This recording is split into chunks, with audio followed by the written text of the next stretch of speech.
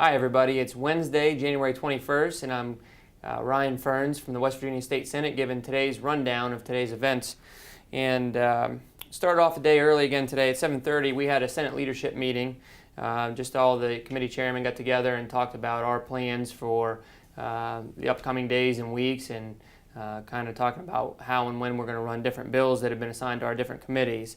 9:30, I had a meeting with the Secretary of State's office, and this was actually a nice surprise. I had a concern expressed by Kathy Chappelle from Augusta Levy, which is a school for autistic children in Wheeling, and she had a concern that she had expressed to the Secretary of State's office about a loophole that exists for registrations of charities in West Virginia. So Secretary of State's office brought that to me, and we're actually going to be able to draft legislation, introduce legislation to close that loophole and hopefully improve things for charitable organizations in West Virginia. So appreciate you reaching out, Kathy, and hopefully you'll see a bill here in the very near future. At 10 o'clock, I had a lobbyist representing a number of healthcare organizations come into the office, and represents healthcare organizations, hospitals, Board of Medicine, Academy of Family Physicians, to name a few, and just talking about the kind of legislative priorities for the different organizations that he represents. And then right after that, had to rush out to a subcommittee meeting for the Judiciary Committee. It was on Senate Bill 13, which I've talked here on video updates before. It had to do with the open and obvious doctrine. There were some concerns expressed in the full committee, and so our chairman put that into a subcommittee of 5 members, of which I'm a member of, and so we were able to tighten up that language a little bit and pass out a committee substitute. We passed that out back to the full committee, and left there, went back up to the office at 10:30, met with some folks from the AARP, again just to go over their legislative priorities, some bills that they're interested in, and to kind of gauge the health committee's interest in those bills. We had our 11 o'clock floor session. We had our first bills that were on third reading this year. So we had, as I mentioned yesterday, bills are always read on the Senate floor on 3 separate days. We had 2 bills that were on third reading today, which is the day that we vote. It was Senate Bill 1 and Senate Bill 3, both of which I've talked about here before in video updates. One thing I want to point out, though, I did post my votes on those 2 bills on our Facebook page. So I'm going to continue to do that as much as I'm able to. Every time that we have a vote, I'm going to go ahead and just post how I voted. That information is all available online, but I thought in order to try to increase transparency, if you're following a particular bill, want to know how I voted on it, I'm going to put it right there on my Facebook page for you, so that you can access that even easier than getting it off the internet. So had an Economic Development Committee meeting at 1 o'clock. It was primarily, that was our first meeting for economic development.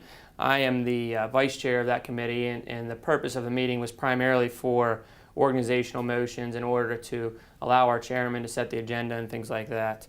At 2 o'clock, I had a group of pediatric and family practice residents who are doing a residency down here in the southern part of the state near Charleston, and part of their residency requirement is to meet with legislators, and so they asked for a meeting with me.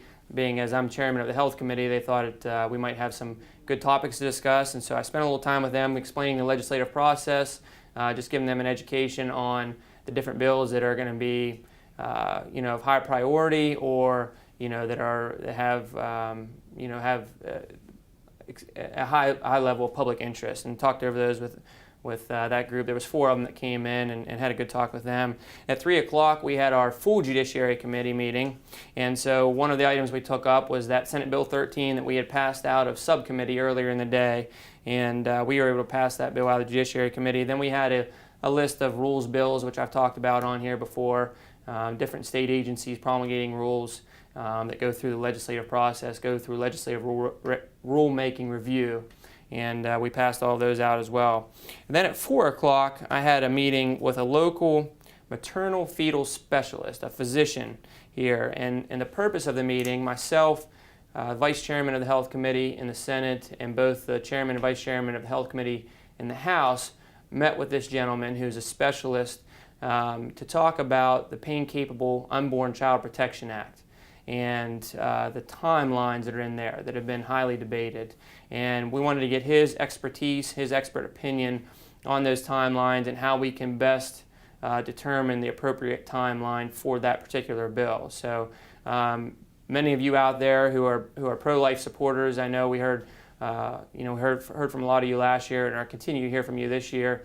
We are going to obviously advance a bill this year, but we wanted to get some increased medical expertise in order to make sure that everything that we put in there is absolutely flawless, and so that we can pass that bill out this year. So that kind of wraps up the day. And as I mentioned, actually I did leave off my notes here. I did have another meeting today on the vaccine exemption bill that I've been working on. Met with Dr. Gupta from the Bureau for Public Health, as well as some of the physicians in the legislature, both in the House and the Senate, and we had continued discussions about that bill.